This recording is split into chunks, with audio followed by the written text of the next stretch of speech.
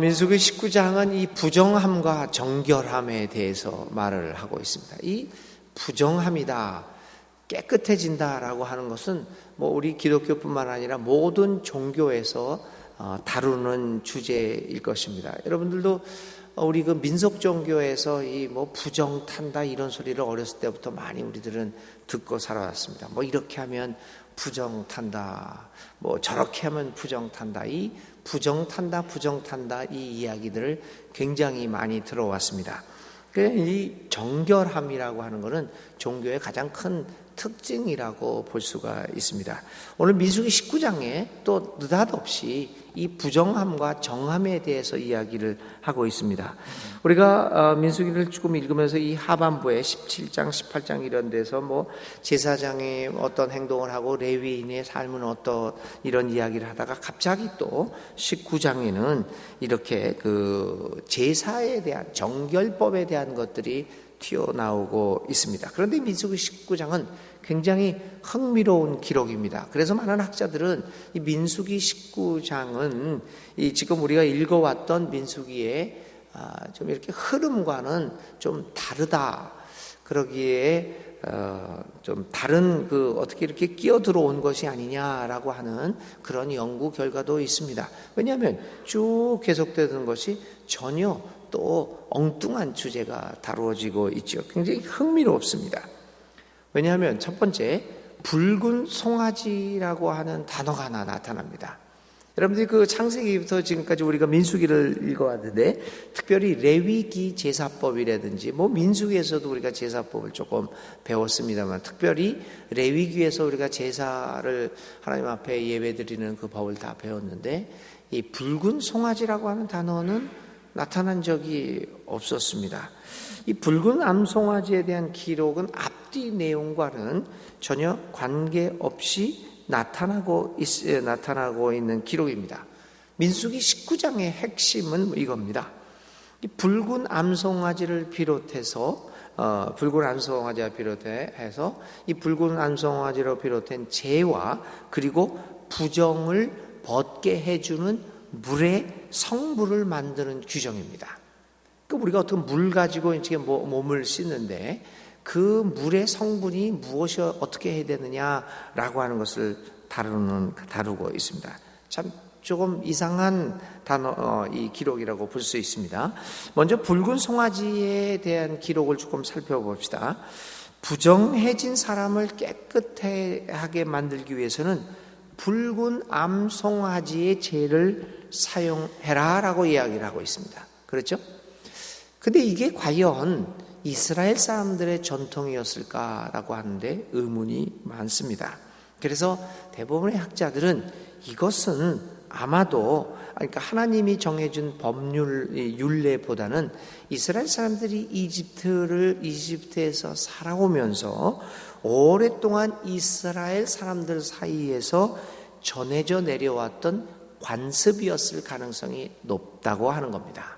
그러니까 하나님이 이렇게 이스라엘 백성들을 하나의 자유로운 백성으로 만들어가는 과정에서 여러 가지 율법들을 만들어내죠. 사람들과 사람들 사이에 지켜야 할 것, 그리고 하나님을 제사하는 데 있어서 여러 가지 법들을 만들어냅니다. 그런데 이 기록은 그런 법이 아니었을 가능성이 많다는 것이죠. 그리고 이 관습, 옛날부터 가지고 왔던 이 관습은 이스라엘 공동체가 여호와 하나님을 중심으로 신앙이 정립되어진 이후에도 별다른 거부감 없이 사람들 사이에서 받아들여졌을 것으로 짐작이 됩니다. 우선 이 관습은 부정을 씻기 위해서 흠이 없고 아직은 멍에를 매지 않았지만 그러나 노동할 수 있는 힘을 가진 그 어린 암소를 필요로 합니다. 힘을 가졌지만 아직은 일에 동원이 된 바가 없는, 그러니까 멍에를 맨 적이 없는 소를 필요로 했습니다. 그리고 붉은색 혹은 붉은 갈색의 송아지가 선택되었던 것은 아마도 붉은색이 부정을 씻게 하는데 효력이 있다고 믿었던 고대 사람들의 생각이 그대로 반영된 것으로 보입니다.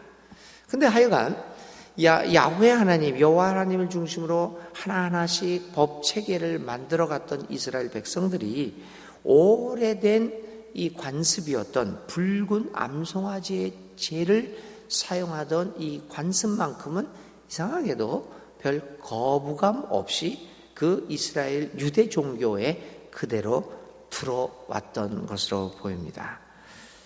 우리는 주로 이스라엘의 유대 종교가 굉장히 배타적인 종교였다라고 생각을 합니다. 그래서 모든 것을 다 자기하고 다른 것들은 다 쳐버리는 배타적인 종교라고 이런 그 개념을 갖고 있는데, 그런데 여기서 오늘 이스라엘의 종교 전통이 배타적인 것이 아니라 포용적인 모습을 보이고 있음을 보게 됩니다. 하나님은 어쩌면 각 민족의 문화를 통하여서도 활동하시는 분입니다.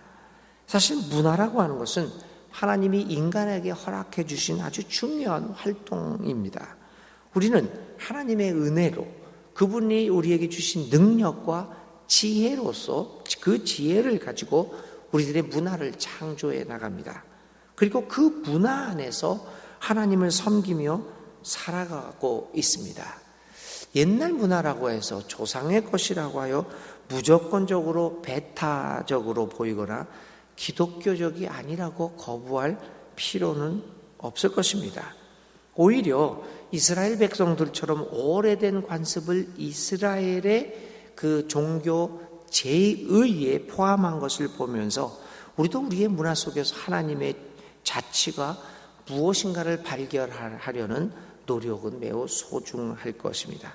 우리 조상들의 문화 속에서 다시 한번 하나님의 역사하심을 보고 그를 통하여 우리 문화 속에서 하나님을 섬기는 방법을 발견해 나가는 것도 우리 대한민국, 우리 한민족에게도 굉장히 중요한 일이 될 것입니다. 여러분, 한 몇 년 전만 해도 최근까지만 해도 이 한국적 가락을 사용해서 찬송을 한다, 이거 상상도 못했습니다. 물론 우리 순천중학교 제가 아직 그걸 잘 모르겠는데 우리 교회의 전통은 어땠는지 모르겠습니다. 가야금을 친다든지 장구를 쳤군요. 우리는 장구를 친다든지 아니면은 이 우리나라의 그 곡조들이 있지 않습니까? 저는 뭐 음악을 잘 몰라서 잘 모르겠는데 여러 가지 우리나라의 곡조를 부른다고 하면은 그것은 다 마귀의 짓이다라고 해서 굉장히 거부감을 가지고 막 배척하고 이단시했던 시절이 불과 얼마 전까지였습니다. 그래서 우리 옛 문화 같은 거라고 한다면 다 뭐 이거는 아니다. 심지어는 어떤 데서는 한복조차도 입지 못하게 하는 그런 과격한 교회도 전에는 있었습니다. 그러니까 모든 것들이 그 문화가 서양에서 온 것, 기독교 유럽이나 미국에서 온 것들은 다 뭐 괜찮다라고 생각하는 그런 모습들이 우리 기독교 교회에서 많이 있었습니다. 오늘 이 민수기 19장의 이야기를 보면서 붉은 송아지 이야기를 들으면서 다시 한번 그 문화와 우리 기독교 믿음에 관한 관계가 어떤 것인가 이런 것들을 생각해보고 이 문화 속에서 이 기독교가 다시 한번 우리 민족 사이에 뿌리를 내릴 수 있고 열매를 거둘 수 있도록 한번 그런 것들을 기도하면서 늘 생각해 보아야겠다라는 생각을 갖게 됩니다. 자, 민수기 19장 후반부입니다. 후반부는 죽음을 만진 자들의 부정함을 깨끗하게 하는 방법을 설명하고 있습니다. 민수기 19장 아주 강력합니다. 어떤 모양의 죽음이라도 그것을 만지는 것은 부정하다고 규정합니다. 이건 레위기에서도 마찬가지로 규정을 하고 있었죠. 이 죽음을 아주 싫어했습니다. 싫어했다는 것보다는 죽음을 만지고 그것에 의한 부정이 온다는 것에 대해서 큰 경계를 하고 있었습니다. 무엇보다도 여호와 신앙이 생명을 중심으로 하는 신앙이었기에 특별히 죽음에 대해서는 이런 부정한 것으로 여기게 되었습니다. 그래서 그 죽음으로부터 깨끗하게지는 생명을 향한 그러한 일들을 할 수 있도록 오늘 지정을 하고 있습니다. 사실 오늘의 신앙은, 우리의 신앙은 죽음이 아니라 생명을 향하는 것입니다. 그것이 기독교 신앙의 핵심입니다. 우리의 신앙은 오늘 우리의 삶을 풍요롭게 만들고 우리의 생명을 풍요롭게 만들고 생명이 가득 차도록 해야 한다는 것입니다. 신앙이 생명의 자유로움과 풍요로움을 향하지 않고 있다면 그것은 진정한 의미에서 기독교적 신앙이 아닙니다. 다른 종교의 신앙이 될 수는 있을지 모르겠습니다. 그러나 적어도 기독교적인 신앙은 아닙니다. 죽어서의 삶을 위하여 오늘의 삶을 엉망으로 살아가게 만드는 것은 기독교적 신앙이 아닙니다, 여러분. 오늘의 삶에 있어서 풍성하게 인간으로서 하나님의 형상으로 창조된 인간으로서의 삶을 풍요롭게 살아가게 만드는 것이 기독교 신앙의 핵심입니다. 여러분, 신천지를 왜 이단이라고 그럽니까? 뭐 가르침이요? 근데 가만 생각해 보면 우리 한국 기독교의 많은 교인들이 신천지로 많이 빨려 들어갑니다.